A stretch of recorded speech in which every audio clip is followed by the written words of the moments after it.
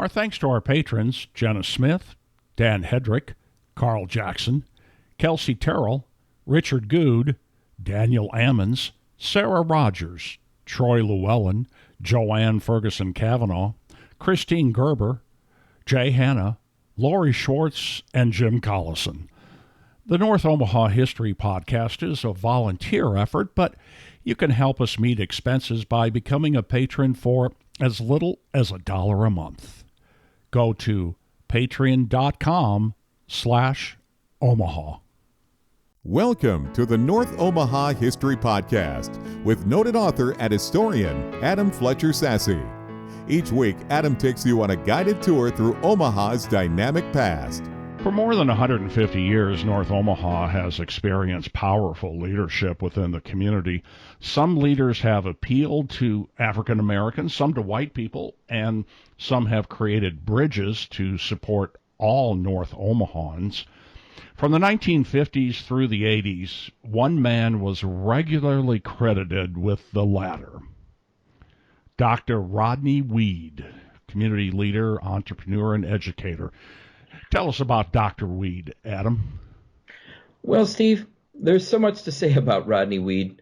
And before I get started, I'll say cautiously that anything that I share here could be wrong. And Dr. Wead himself is alive and well and ready to tell you the true story. So look him up on Facebook and find out the truth. All of that said, it's important to note that Rodney Wead is a man of the city. He came from North Omaha and he served North Omaha all of his life before he moved away. And he's come back several times since he moved away to even continue his service to the neighborhood. And North Omaha is forever in his debt. Rodney Wead was born to a family that lived in the Logan Fontenelle public housing projects. He served as a newspaper boy when he was a young man for the Omaha Star. And when he was a kid, he went to the Lake School there at 20th and Lake Streets. So he was really from the near north side. When he graduated from Central High in 1953, Wead was acknowledged for being a star basketball player and track and field athlete. He was a really prolific guy, though, and really, really busy. And when he was in high school, both the Omaha Star and the Omaha World Herald highlighted his accomplishments regularly. The World Herald told all kinds of stories about his athletic accomplishments, while the Star featured his social life occasionally. That's how popular of a guy that he was. Now, you know me, Steve. I don't like to just feature people because they were social stars. And Rodney Wead, Dr. Wead, is one of the furthest things from that. In 1957, Wead earned his bachelor's degree from Dana College. And in the mid-60s, he became the vice president of the Douglas County Young Democrats, staying politically active throughout his career. Wead went on to build a career in social services. And in that way, he provided leadership to North Omaha in a way that few other people ever did. All the way back in 1958, Rodney started working at the Nebraska Psychiatric Institute as an educational therapist. When he was there, he taught emotionally disturbed and mentally handicapped children and a lot more. And then in 1966, he became a VISTA program director for the Catholic Social Action in Nebraska. The VISTAs were a national service program created by the U.S. government with the idea of being a Peace Corps that served domestically. Dr. Wead laid down the foundation for this VISTA program of Catholic Social Action to become very successful. And when he was there in the 1960s, he established the Lake Charles Community Organization and its powerhouse newspaper, the Lake Charles Action. I wrote a whole story about that on NorthOmahaHistory.com, Steve, so I really recommend checking that out, the Lake Charles Community Organization. He was really busy there, though, and he really began to establish his vision. In 1967, when he was 32 years old, Rodney Wead became the executive director of what was called the Mission Society.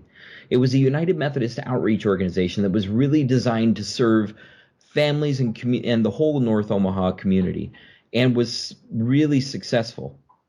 The United Methodist Mission Society was designed to serve families throughout the near north side, as well as all of North Omaha, including African Americans and low-income white people. And the next year, in 1968, Wead took charge of renaming the organization as the United Methodist Community Centers. In this capacity, the United Methodist Community Centers, or UMCC, opened up a new facility that was called the Wesley House. This is one of Wead's largest accomplishments when he was in North Omaha, because the Wesley House really became a center point for social change that affected all African Americans in Omaha and all of North Omaha and the entire city. During his time there, Wead was instrumental in starting a community credit union in 1968, and in 1970, he worked with a group of North Omahans to establish the city's first ever black-owned radio station. That's right, Steve. The old KOWH, which was a super popular pop station from the 30s through the 60s, was up for sale, and African Americans bought it to make the city's first ever black-owned station. So through KOWH, Wead brought together himself, NBA star Bob Gibson, NFL star Gale Sayers, NBA star Bob Boozer, and lots of local leaders, including Charles Washington and other folks, to really reinvest black power, black excellence into North Omaha. And they did that with KOWH, running it for a number of years. He also started the Community Bank of Nebraska and led the development of the Omaha Economic Development Corporation, which continues to this day to provide housing and economic development for North Omaha. Their first big project was led by Wead and included developing a 200-unit housing center. They also ended up developing a 10-unit strip shopping mall and the nation's first ever 24-hour daycare center under Wead's leadership. So all kinds of powerful things were happening. Rodney Wead's sister, Beverly Blackburn Jones, she took a similar career path as her brother and opened up the John F. Kennedy Community Center at 24th and Ames.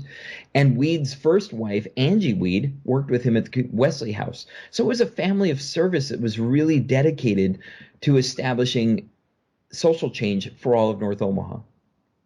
You know, Wead left North Omaha, though, in 1974.